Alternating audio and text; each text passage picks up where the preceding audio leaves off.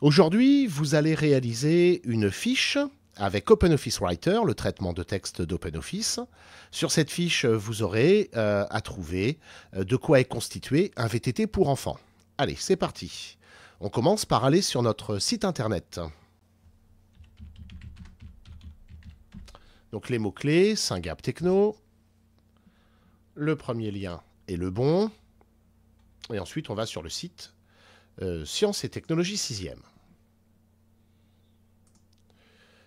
Alors, projet 3, de quoi est constitué un VTT pour enfants. On trouve ici notre modèle.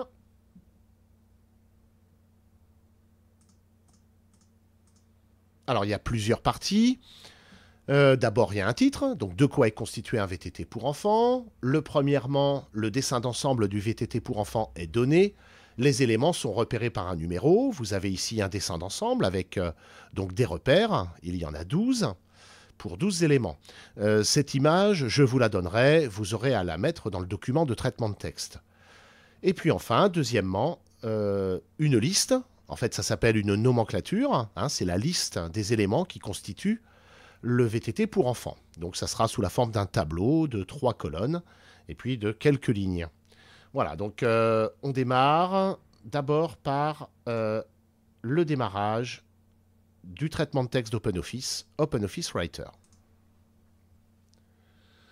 C'est bon. Alors, il va falloir qu'on commence par taper le titre, tout simplement.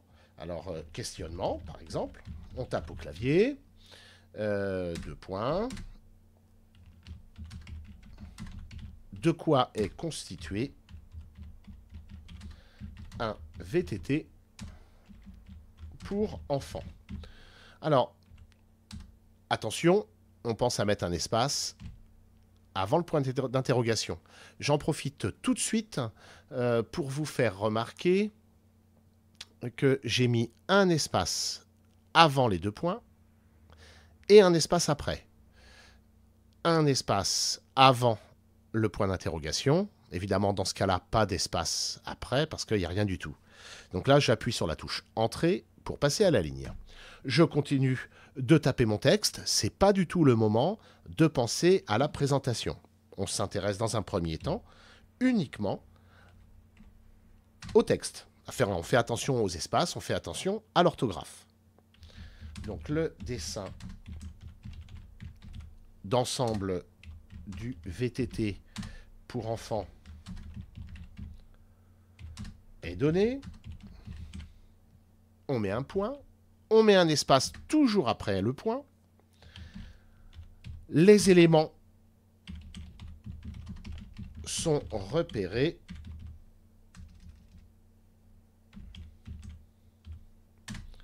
par un numéro.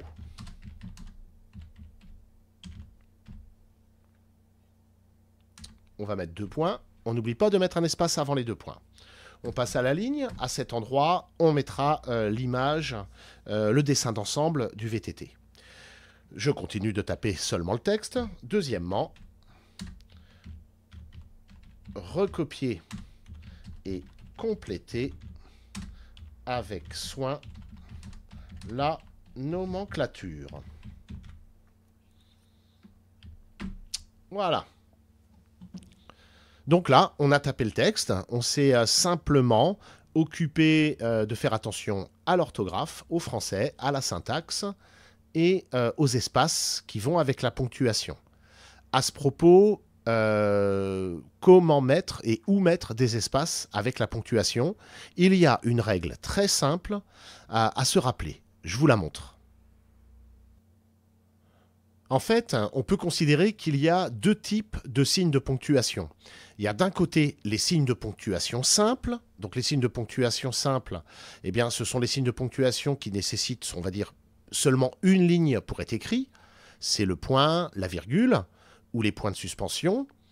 Et puis, il y a les signes de ponctuation double. Alors, eux nécessitent, en fait, 2 lignes pour être écrits. Vous voyez, le point d'interrogation, donc il y a cette forme-là et un point, le point d'exclamation, le point virgule et les 2 points. Donc ça, c'est ici, on a les signes de ponctuation simple, et ici, les signes de ponctuation double. Pour les signes de ponctuation simple, vous avez à mettre un seul espace après, toujours. Après le point, on met un espace. Après la virgule, on met un espace. Après les points de suspension, on met toujours un espace. On n'en met jamais avant. Donc, signe de ponctuation simple, un seul espace après. Et puis, les signes de ponctuation double, on met deux espaces, un avant et un après. Allez, on continue. Donc là, maintenant, j'ai fini de taper mon texte. La présentation telle qu'elle est là, elle ne me plaît pas trop. Alors, on va déjà peut-être choisir une autre police de caractère, c'est-à-dire une autre forme pour les caractères. Donc, je commence par sélectionner. Ce que je viens de faire, j'ai mis ma souris au début de mon texte, j'ai cliqué, je maintiens appuyé, et je fais glisser ma souris tout en maintenant le bouton gauche de la souris appuyé. Donc ça, c'est sélectionné. Le premier moyen pour changer la police de caractère, c'est de passer par la touche de raccourci qui est là. Alors, soit vous faites défiler les différentes polices qui sont possibles. S'il y en a une certaine que vous aimez bien, vous pouvez les choisir directement aussi en tapant leur nom. Moi, j'aime bien Comics sans MS. Attention à ne pas prendre des polices de caractère qui sont trop bizarres, entre guillemets. Il faut favoriser la lisibilité et il faut aussi favoriser la compatibilité. Il faut savoir que toutes les polices de caractère ne sont pas installées sur tous les ordinateurs. Donc, restez sur du Verdana, du Times New Roman, de l'Arial, ou moi, là, du Comics sans MS. Donc voilà, j'ai choisi du Comics sans MS tout simplement. Un autre moyen où vous avez encore plus d'options, c'est de passer par le menu Format et Caractère. En passant par menu Format Caractère, vous pouvez sélectionner votre police. Vous retrouvez encore un petit peu plus de fonctionnalités que celles qui sont indiquées dans les touches de raccourci. Il y a... Voilà, donc là on fait OK. Je reste là-dessus. Alors, je vais essayer de présenter mon titre. Donc voilà, on va présenter le titre. Donc le titre est écrit en plus gros et est encadré. Alors, donc on va sélectionner uniquement le titre. Bien proprement, attention, ne pas sélectionner quelque chose comme ça. D'accord, bien s'arrêter juste après le point d'interrogation. Alors, on va le centrer. Pour cela, on utilise la touche de raccourci ici qui est là. On peut le centrer, tout simplement. Sinon, si on n'a pas accès aux touches de raccourci, on peut faire format, paragraphe, alignement. Et après, là, on choisit ici, alignement centré. Alors, on valide. Pour faire un encadré, alors, je vous conseille d'utiliser le menu format paragraphe. Ça sera plus simple. Donc, dans le format paragraphe, vous avez ici bordure. D'abord, il faut sélectionner la bordure encadrée, donc qui est là, et après, affecter une épaisseur de ligne. Donc, ici, par exemple, je vais mettre un point. Voilà, je fais OK, et donc ça va être encadré. Par exemple, si je veux que l'encadré soit un petit peu décalé par rapport aux marges, là, les petits traits gris qui sont ici, je vais pouvoir aller sur format à nouveau.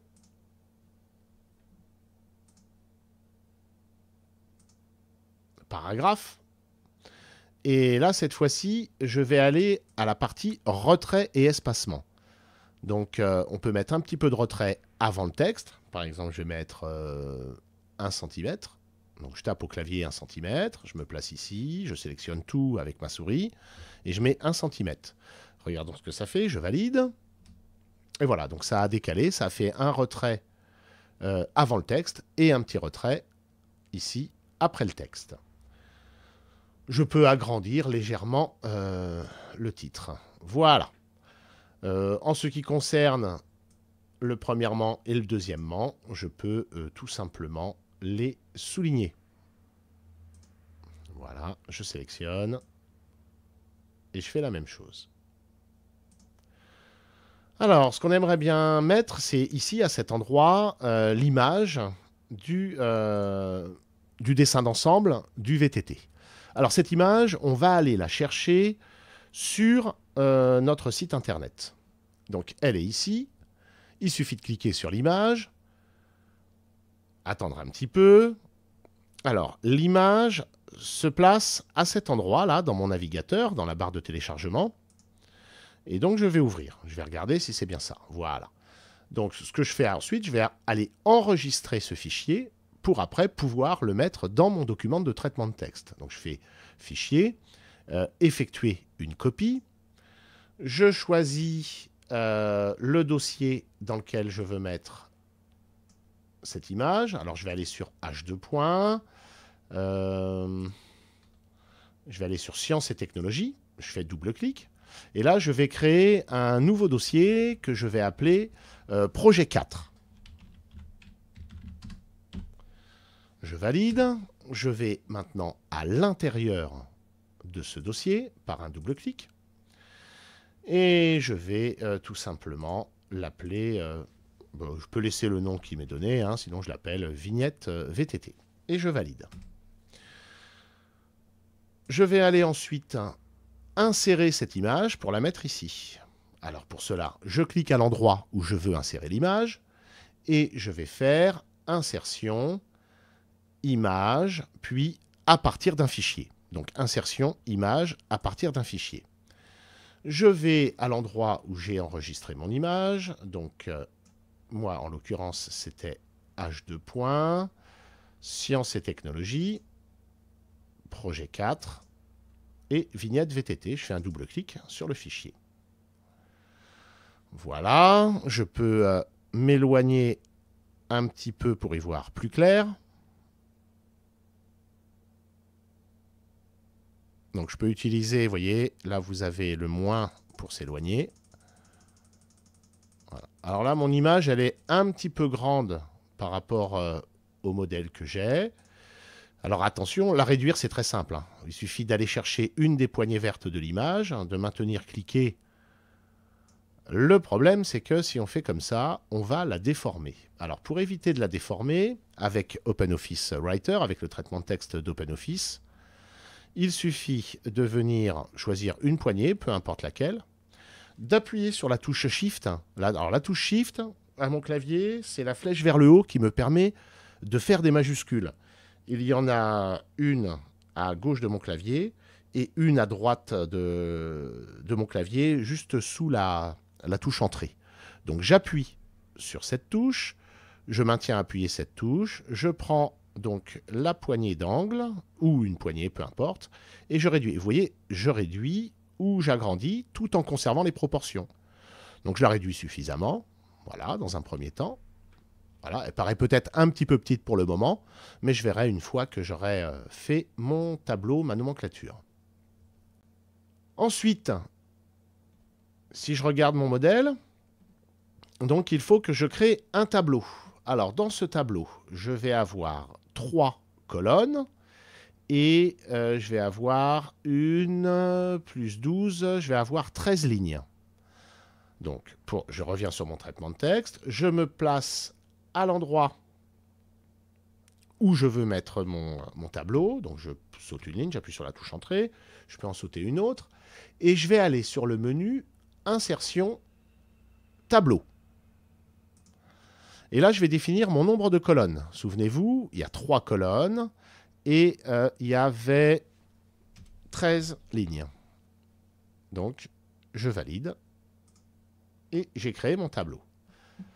Alors, je vais commencer par écrire déjà ce qui est donné dans le modèle. Donc, en bas, la ligne du bas, je vais mettre rep.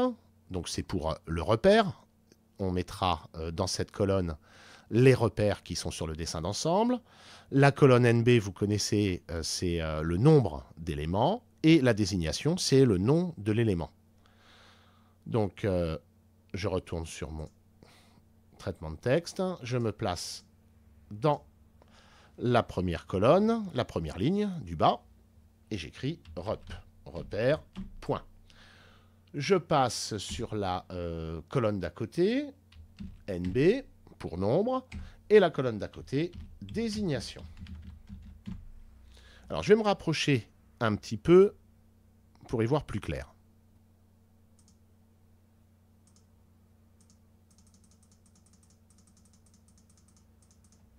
Voilà.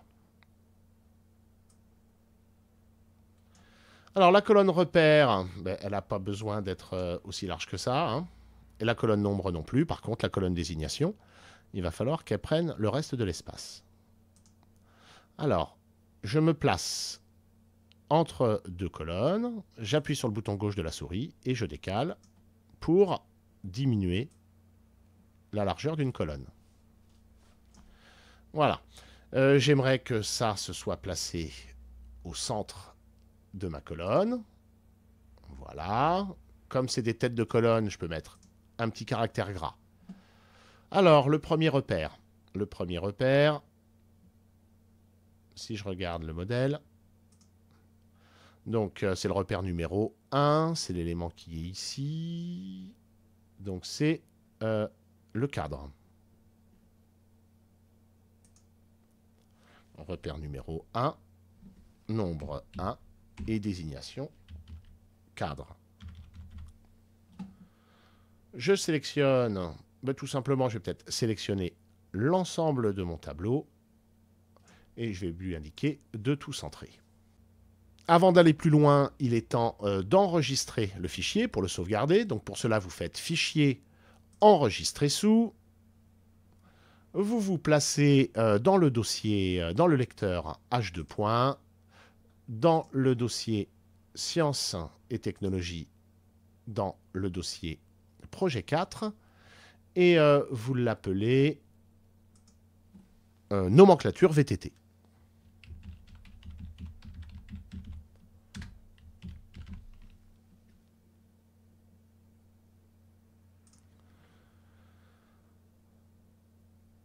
Voilà, ça y est, c'est enregistré. Il faudra penser régulièrement à enregistrer votre travail.